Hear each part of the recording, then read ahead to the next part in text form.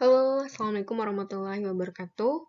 Bertemu lagi dengan Ibu dalam mata pelajaran logika matematika. Baik, logika matematika ini biasanya kita jumpai di pelajaran logik komputer, ya kan, untuk logik PLC dan lain sebagainya. Nah, hari ini kita akan belajar logika matematikanya dulu ya, yang lebih dasar dibanding saat kalian belajar di basis digital. Nah, kali ini sebelum pembelajaran dimulai, Ibu akan membacakan tujuan pembelajarannya, yaitu melalui penggalian informasi dan diskusi, peserta didik mampu membandingkan kalimat pernyataan dan bukan pernyataan. Yang kedua adalah menentukan negasi atau ingkaran dari suatu pernyataan, menganalisis perbedaan pernyataan majemuk, konjungsi, disjungsi, implikasi, dan biimplikasi. Lalu yang berikutnya adalah membuat tabel kebenaran konjungsi, disjungsi, implikasi, dan biimplikasi. Membuat tabel kebenaran ingkaran dari konjungsi, disjungsi, implikasi, dan biimplikasi. Melalui latihan, peserta didik dapat menyelesaikan masalah yang berkaitan dengan kalimat pernyataan dan kalimat terbuka dan negasi. Yang berikutnya adalah menyelesaikan masalah berkaitan dengan konjungsi, disjungsi, implikasi, dan biimplikasi. Jadi diharapkan setelah pembelajaran ini kalian dapat memenuhi ini semua. Nah, peta konsepnya dari logika matematika kita akan belajar dulu kalimat pernyataan, yaitu ada tunggal dan majemuk. Yang berisi majemuk itu berisi konjungsi, disjungsi, implikasi, dan biimplikasi. Penarikan kesimpulannya yaitu ada modus ponen, modus tollens, dan silogisme. Lalu pembuktiannya bisa tak langsung, langsung, dan induksi matematika. Kita masuk ke materi, yaitu logika matematika. Nah, di sini akan dijelaskan apa itu pernyataan. Nah, ini ada beberapa kalimat. 2 adalah bilangan prima. Apakah termasuk pernyataan? Ya, ini adalah suatu pernyataan. Yang kedua adalah Semarang adalah ibu kota Indonesia. Ya, ini disebut pernyataan. Yang nomor 3, sekarang adalah hari Senin. Ini termasuk pernyataan. Dan yang keempat, Indonesia adalah lagu kebangsaan Indonesia Raya. Jadi pernyataan itu adalah suatu kalimat yang tidak mengandung perintah atau kalimat tanya. Nah, bagaimana dengan tolong sampaikan salam? Nah, itu termasuk adalah kalimat perintah, bukan kalimat pernyataan. Berarti ini adalah salah. Ini salah ya. Bukan kalimat pernyataan. Kemudian untuk yang nomor 6, hai kawan, apa kabar? Hai, apa kabar kawan? Itu termasuk adalah sebuah pertanyaan, bukan pernyataan. Jadi ini bukan termasuk pernyataan.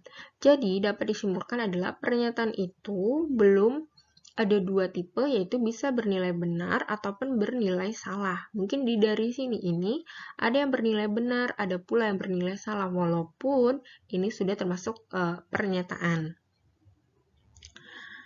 Nah, jadi kalimat pernyataan itu kalimat yang hanya memiliki kebenaran benar atau salah saja, tetapi tidak sekaligus dua-duanya.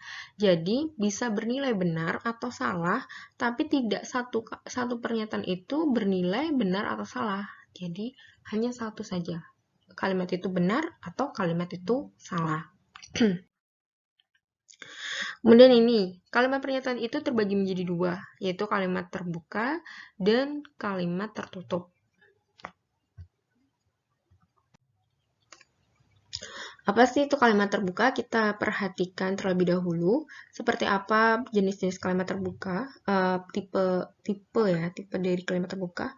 Misalkan adalah A adalah bilangan prima, B adalah ibu kota Indonesia, X plus 3 lebih dari 5, 2Y min 8 sama dengan 100. Di sini apakah A sudah termasuk bilangan prima? Bahkan kita belum tahu ya kan, A itu seperti apa jika di sini sudah ada A sama dengan 2, A sama dengan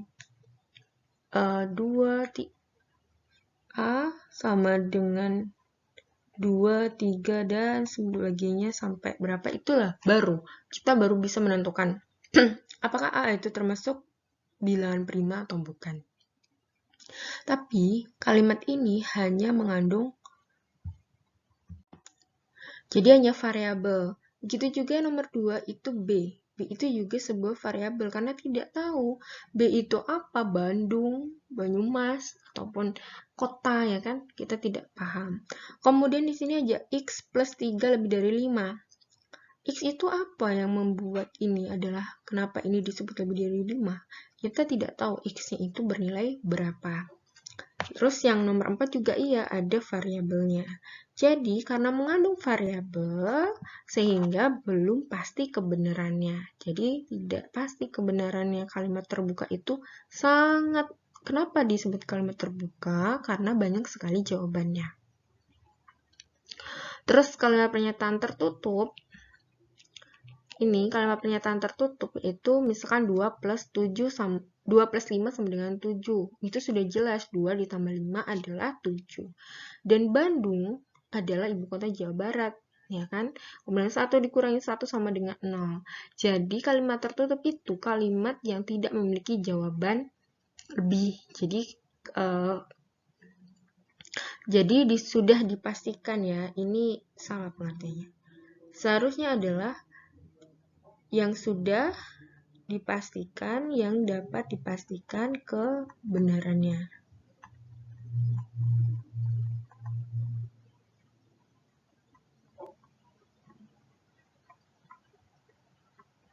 Jadi yang sudah dapat dipastikan kebenarannya untuk kalimat tertutup. Kemudian yang berikutnya adalah negasi atau ingkaran. Nah, negasi ini adalah contohnya dari ikan hias bernafas dengan insang. Ini ikan hias bernafas dengan insang. Nah, negasinya adalah tidak benar bahwa ikan hias ini bernafas dengan insang. Ikan hias ini tidak bernafas dengan insang. Ikan hias ini bernafas bukan dengan insang. Ketiga ini disebut negasi. Bisa terlihat dari tidak benar bahwa, tidak bernafas, dan bukan. Biasanya dari ketiga kalimat negasi ini. Ataupun sebaliknya. Jika ini bernilai benar, maka negasinya akan bernilai salah.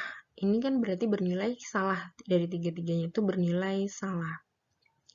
Tetapi jika awalnya itu bernilai salah, maka negasinya dinegasikan, hasilnya menjadi benar. Menjadi benar. Nah, ini tabel negasinya. Jadi, ketika benar dinegasikan jadi salah, dan ketika salah dinegasikan menjadi benar. Nah, contohnya ini tadi, semua burung bisa terbang. Negasinya berarti ada burung yang tidak bisa terbang. Sorry, ini bisa. Sekarang kita lanjut ke pernyataan majemuk. Pernyataan majemuk memiliki lebih dari satu pernyataan dalam satu kalimat, sehingga dibutuhkan kata penghubung. Yang diantaranya adalah, yang pertama adalah dan, yang kedua atau, yang ketiga jika, maka, yang keempat jika, dan hanya jika. Nah, pertama kita masuk ke konjungsi, atau kata penghubung pertama konjungsi yaitu dan. Misalkan adalah Bella makan nasi dan Bella minum kopi. Ini ada kata penghubung dan. Maka, sesuai tabel kebenarannya, misal Bella makan nasi dan Bella minum kopi. Kita ibaratkan ini benar dan benar, ya kan? Ini benar, ini benar. Ini juga ya, ini benar dan ini benar. Bella makan nasi benar dan Bella minum kopi juga benar. Yang berikutnya itu Bella makan nasi dan Bella tidak minum kopi. Berarti ini sudah benar, yang ini salah, ya kan? Bella tidak makan nasi dan Bella minum kopi. Yang ini salah dan yang ini benar. Kemudian Bella tidak makan nasi, yang ini salah, dan Bella tidak minum kopi itu salah. Jadi sesuai tabel kebenaran, jika P benar, Q benar, maka hasilnya adalah benar. Dan jika P benar, salah, hasilnya pasti salah. Yang P salah, Q benar, pasti salah. Lalu jika keduanya salah, maka salah. Jadi, untuk lebih mengingatnya, dari konjungsi akan bernilai benar jika keduanya benar.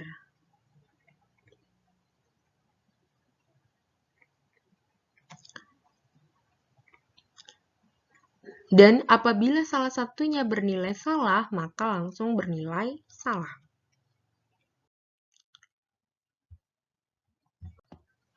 Kita masuk ke disjungsi dengan kata penghubung atau.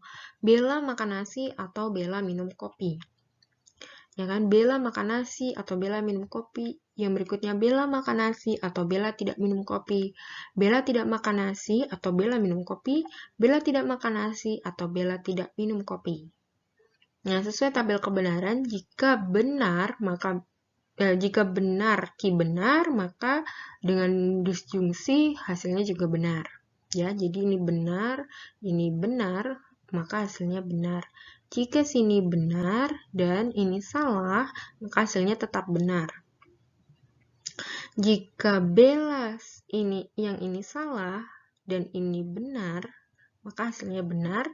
Dan jika ini salah, yang ki-nya salah, maka hasilnya salah.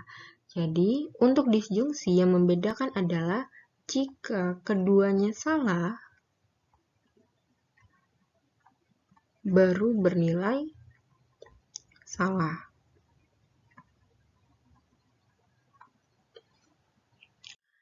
Nah, implikasi. Untuk implikasi ini, jika hari ini hujan, maka Bella membawa payung. Jadi, jika hari ini hujan, maka Bella membawa payung. Jika hari ini hujan, maka Bella tidak membawa payung. Jika hari ini tidak hujan, maka Bella membawa payung. Dan jika hari ini tidak hujan, maka Bella tidak membawa payung. Nah, untuk tabel kebenarannya, benar dengan benar maka hasilnya benar. Benar maka salah, hasilnya salah. Jika pernyataan pertama salah dan kedua benar, maka hasilnya benar. Jika keduanya salah, maka hasilnya benar. Jadi untuk implikasi hanya untuk menghafalnya adalah jika pernyataan kedua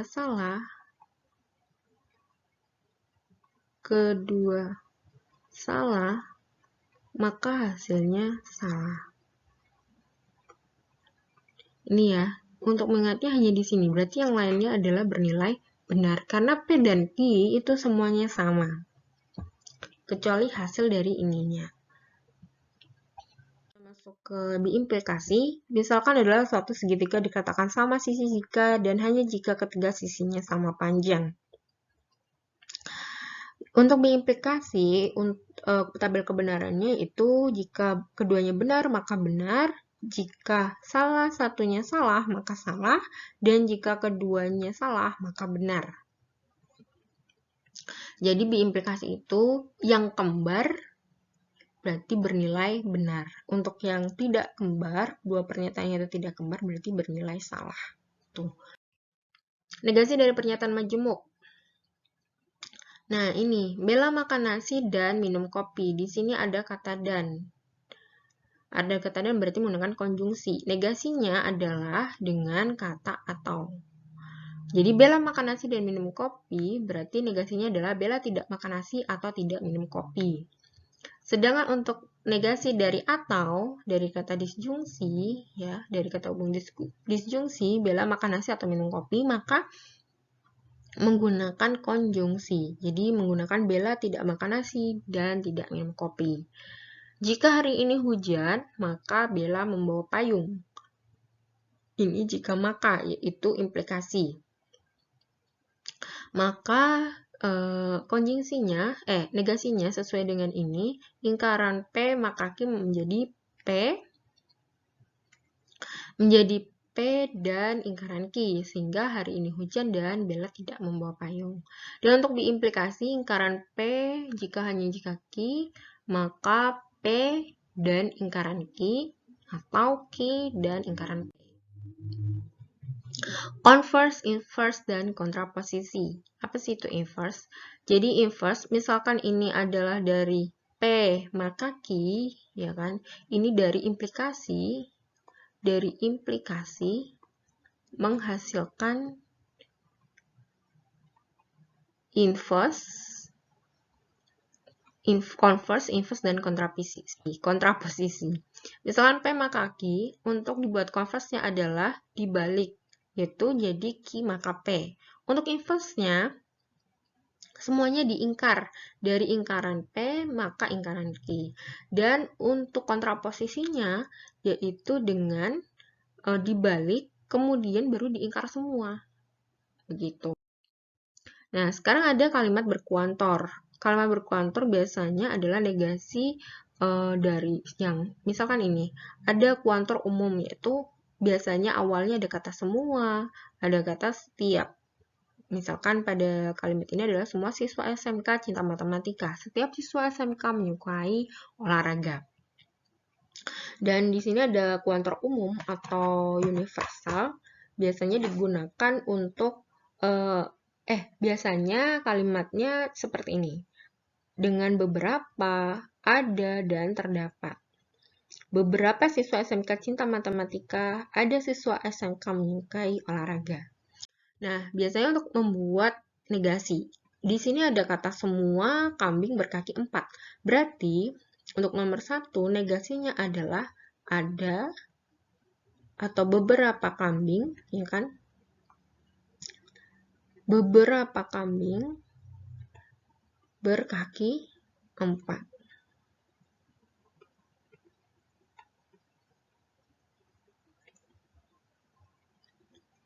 Yang kedua, setiap makhluk hidup perlu makanan, berarti terdapat makhluk hidup perlu makanan.